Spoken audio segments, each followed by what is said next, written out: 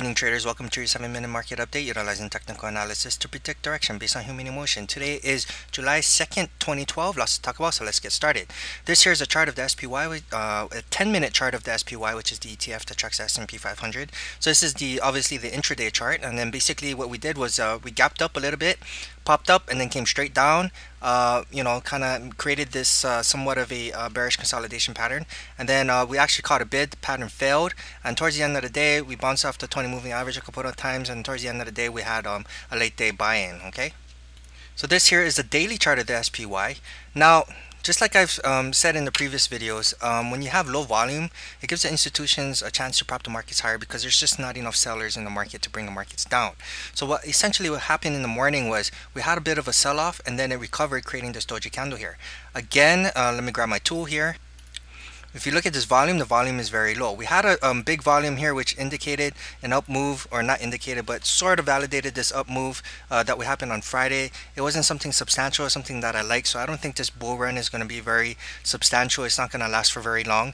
As you can see, this candle was kind of weak today. I did mention in yesterday's video that normally after a big move, we get somewhat of a 25% pullback and or a flat day. We actually had two things today. So today we actually closed on a flat day, but we also got pretty much that 25%, that pretty 25% level that I was expecting. So this is about 50%. So I'm just roughly guessing here that this is about 50%, and then this is about 25. So it's kind of close. We almost got that 25%. In fact, if you got the actual length of this candle here and we actually brought it down to this candle here, then we actually got that 25%. So normally that's the case. Normally that happens whenever you have a big move, either up or down. We get either a 25% retracement. In a volatile market, it would be 50%, just like this. And then like this here, we had this big down move and a 25% retracement before heading down lower. Now this one, we did not actually get a retracement because we actually closed as a doji candle, which indicates indecision. Doji actually means meet in one place in Japanese terms. So essentially what I'm looking at here is not a reversal pattern, not just yet. I mean, there's a possibility, obviously, because we are close to this 137.09 level here, and these two resistance lines here. If we can get into this 137.09, then I might think about taking a short, because we haven't consolidated first, but we didn't quite make it there. This 137.09, the high of this candle is 136.65, so that's shy of $1 off, and $1 on the SPY is actually a pretty big a gap. So in my opinion, we could hit this 137.09 before pulling back, or we might get some really good news and we might actually push through this 137.09, in which case we'll probably find some resistance around this area here before getting to this 141.36, and that's if that happens. Now, I was hoping that we would actually get a pullback of a little bit that will set us up for the end of the week. What do I mean by that? Well, on Friday I'm planning on shorting some stocks, simply because this week is a holiday week. What I mean by holiday week? Well, it's simple. Today we traded 129 million shares on the SPY, which is very, very low volume. My average is 150, and on Friday we had 212 million. So again, with low volume, we have to give an upside bias, which is definitely what happened today. We were up 40 cents or 41 cents. So fact of the matter is, tomorrow is Tuesday, is the day before 4th of July, and tomorrow the markets are only open to, I believe, 1 o'clock, which is half a day. After that, Wednesday is a holiday, and then Thursday, we're probably going to get a hangover day, which is normally what happens after the holiday. Like I said before, Mondays, Fridays are normally low volume, including before and after holidays. So on Thursday is also going to be a hangover day, which means we're going to have low volume. That doesn't mean that the markets can't go down on low volume, but 75% chance that it will float higher on low volume, which is what happened today. You saw in the 10-minute chart, we just kind of floated higher. It wasn't a big spike or big moves. It wasn't very volatile. We just floated higher. Okay, so Friday would be another just normal case of low volume days. So I wouldn't actually consider Friday being a day that we might actually pull back, but I would consider maybe next week Tuesday, Monday being another low volume day. And then again, I'm just putting the odds in my favor. I'm not saying that's gonna happen.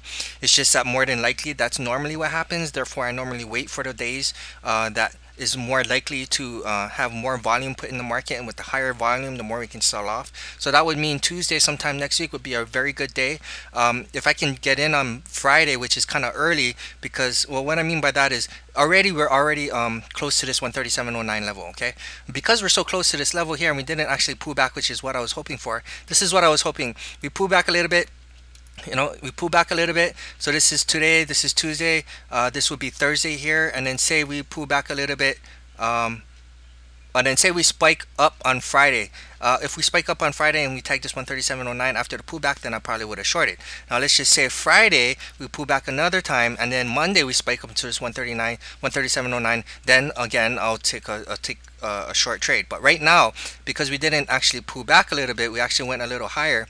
There's a possibility that we can get into this 137.09 sooner than expected, which means we could actually get to this level on Thursday. For all I know, I mean that's definitely a possibility.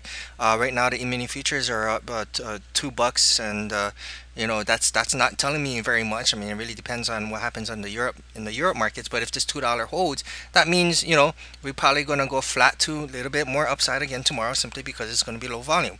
Why is it low volume? Because most traders are on vacation because it's the holiday week. I mean, it's just common human nature. I mean, people take vacation.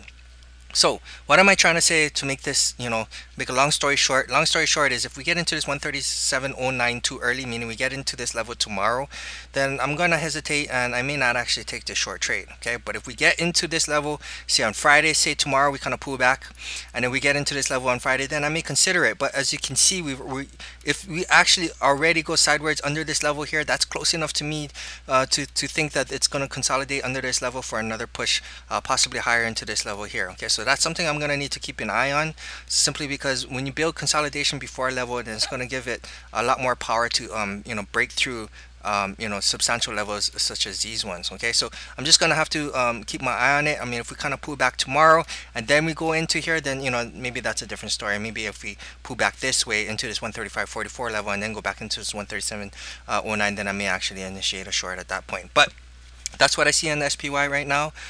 There is a possibility, again, because we are by this 137.09 level, that we may actually start pulling back tomorrow. But again, it's a low volume week.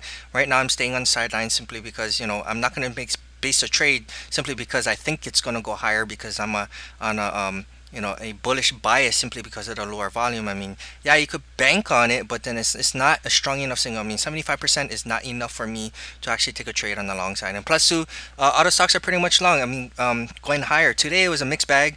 You had some stocks going down, some stocks going up. So, if I saw any stocks that were hitting a substantial support level, then yeah, maybe I would have taken a long trade. Maybe I might take a long trade tomorrow if the these stocks continue lower and it hits a good support line. Then yeah, maybe I can take a bet on that, that it's already on support, and based on the low volume that it gives an upside bias. Then yeah, I'll probably take the trade that way. But after Friday, most stocks just blasted through the sky, and this pullback today is just kind of like a pause day, right, on most stocks. I mean, there's a lot of stocks that were down today, like Baidu minus $2.29, etc. Caterpillar $1.23, but it's not a big drop. It's not a huge drop. It is showing relative weakness because the markets were up 41 cents. However, again, like I said, until those stocks get into a support level that makes sense, then I'll take a long trade. Even though it'll be a counter trend trade, it'll be on the basis that this week should be low volume. Okay, so moving on. This is a chart of the UUP, which is the US dollar. Okay, so we had the support line here. We came into this 50 moving average, and I said this 50 moving average, they saved it on Friday, meaning they brought it and closed it above the 50 moving average, which gives an upside bias, and then you're going to have some resistance at this 20 moving average. This looks like it's playing out, right? So when the dollar goes up, the markets go down, and vice versa. So the dollar was up earlier today, and then it came back down to close, as a doji candle, and that's why we have a doji candle on the SPY. So it's as simple as that. Now, if we can continue higher on the US dollar, then we are going to have some minor resistance on this 20 moving average. And we may actually come back down and start trading in between these two moving averages here, which means it's going to pop either up or down. And I'm going to have to give a downside bias for now. I mean, even though I'm bearish on the overall markets, if this 20 moving average comes down and this 50 moving average comes up, what does that look like? To me, it looks like it'll just be a bearish consolidation pattern. Okay, so that's something to keep an eye on. Again, I am bearish for the midterm, little longer term, within the next throughout this year. But in the short term, it does look bullish for now. It may set up to be bullish. This is again a bearish pattern, but on the markets, because it's opposite of the US dollar, similar to the VIX, it's going to be a bullish pattern for the markets. Okay. All right, let's quickly run down through the stocks here. Let me load my drawings. And this is a stock of This is the stock of Apple. So in the Apple chart, I said yesterday that the Apple had the ability to get to 649 level. Actually, the 612.34 level would be a nice level to short, but I really don't think it'll pass the 649 level. But anything's possible. So we'll just see. We're getting close. So we're at 592.52, another $8 pop, and we should see a pullback at least for the intraday at the 649 level. Okay. Right, this is a chart of Walmart. I mean, like anything, just like the SPY, when you have a big up move, you get at least a 25% retracement before you start consolidating, or you get another pop. So Walmart is one of those very strong stocks, and you want to go long the strong stocks. Today, Walmart was down 37 cents, while the SPY was up 41 cents. So this is showing just for today relative weakness in Walmart. Now, here's the thing to keep in mind: there's a lot of laggers out there, meaning sometimes stocks take some time before they catch a bid, even though the markets go up. So if the markets go higher tomorrow, then I would expect Walmart to catch a bid as well. If not, to at least trade sideways. Okay. Again, for Walmart, I have the $70.56 level, which I may not actually initiate. These drawings are wrong here. There we go. That's much better. So we have this upper trend line, and it looks like it held. If I brought the line down to actually touch this candle, you would see that it would have touched this candle here. So it may actually be pulling back already. But over here, you have the 20 moving average, and this stock again is a strong stock. So there's a possibility we break through the $70.56 level and we get into the 72.22 level. So this is the level I'm actually waiting for. If it can reach this line here at the same time, which means basically tomorrow we got to pop all the way up into the 72.22 level, which I doubt. But if that happens, then I'll probably take a short trade on Walmart. Okay. Here's a chart of Bed Bath and Beyond, BBBY. Let me load my drawings if this is not already it. Okay, this is green line here. Don't pay too much attention to that. That's that's off the weekly chart. Right now, if you notice, it was down 19 cents, but it went right back into this trend line here, and then got a bounce intraday over there. So this trend line looks like it is holding.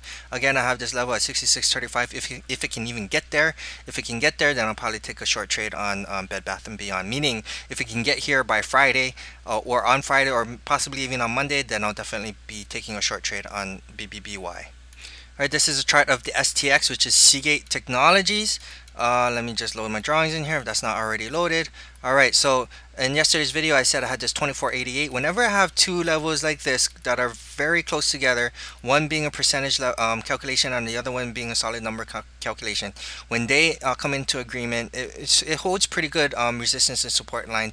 From my back testing, that's what it seems to be. Okay, so we had a little bit of a pullback here on Seagate, even though it wasn't that much of a move higher. Okay, will this level hold again? Well, we're gonna have a little bit of support on this 20 moving average. It's not going to be major support, but then the next support down here is the 200 moving average. Now, if you just look at the bigger picture, this is bearish consolidation. So yeah, we could definitely pierce. When it does come down, it may actually break through this 200 moving average. But again, we have to be disciplined, or at least I need to be disciplined.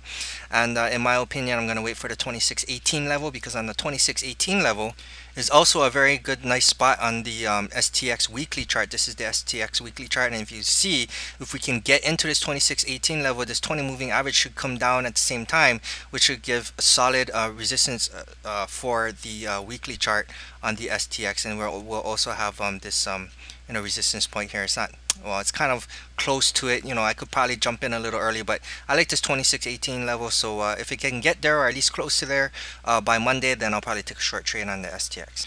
All right, this is a chart of ABX. This is a chart that I think I like quite a bit. All right, ABX right now is down 12 cents, even though the markets were up 41 cents. But ABX is more of a gold follower. Right now what I'm seeing is some bullish consolidation before we get into this these two levels here. Now, if the theory holds true, because these two levels are pretty close together, we should at least get a pullback if it does hit this level at all. Okay, so that's something I'll be watching for in the ABX. This is a chart of the USO. Let me load my drawings in there. So this 31.98 looks like it was holding or held. We got a 40 cent drop right into this 20 moving average, and then we got to pop right back into it, creating literally a doji candle, meaning the high and low closed exactly on the same level. Okay, right now I will not consider a short trade on the USO until it hits this 33.25. In fact, after looking more at this chart, I noticed that the downside to the USO, even though you have to trade with the trend, okay.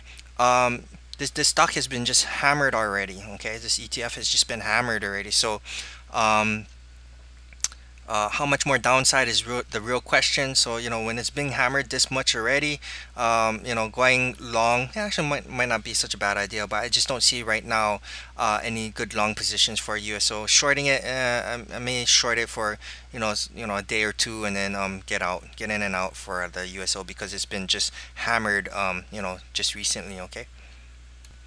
This is I think this was one of my favorite charts was the FCX.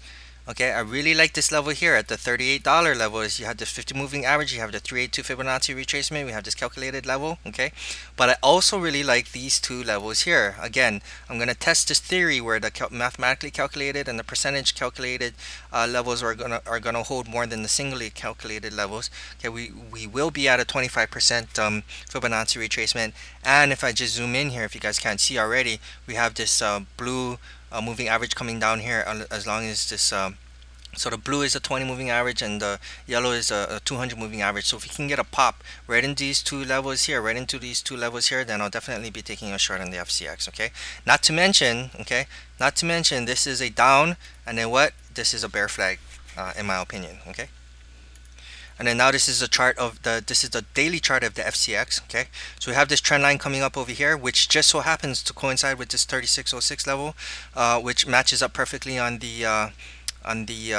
weekly chart, and then we have this Fibonacci retracement, which also would be a double top. So we're gonna have a lot of resistance right in this area here, which is at 3606. If it can pass that though, I highly doubt it's gonna get past the 200 moving average and the 382. I'd be very, very surprised if it can get past there. Okay, so right now the FCX is in weakness. We had this down move and we had this bearish consolidation pattern, and then we pop. Now any pattern that fails is normally going to be a big pattern, so getting up to the 3606 level is definitely a possibility. What do I see now? I see an up move and a possible. We need 2 more days for me to validate. Remember in the previous videos, I need at least 3 candles to validate a bullish or bearish consolidation pattern. So if we get, so tomorrow would be Tuesday, and then this would be Thursday, and then Friday we pop into this 3606 level. Then yeah, I'll probably take a short trade on the FCX, and then even if that was on a Monday, then I'll probably take a short trade on the FCX. Okay. So that's about it. This is your 7-minute market update. God bless to you all. Good luck to your trading, and I hope to see you in the next video.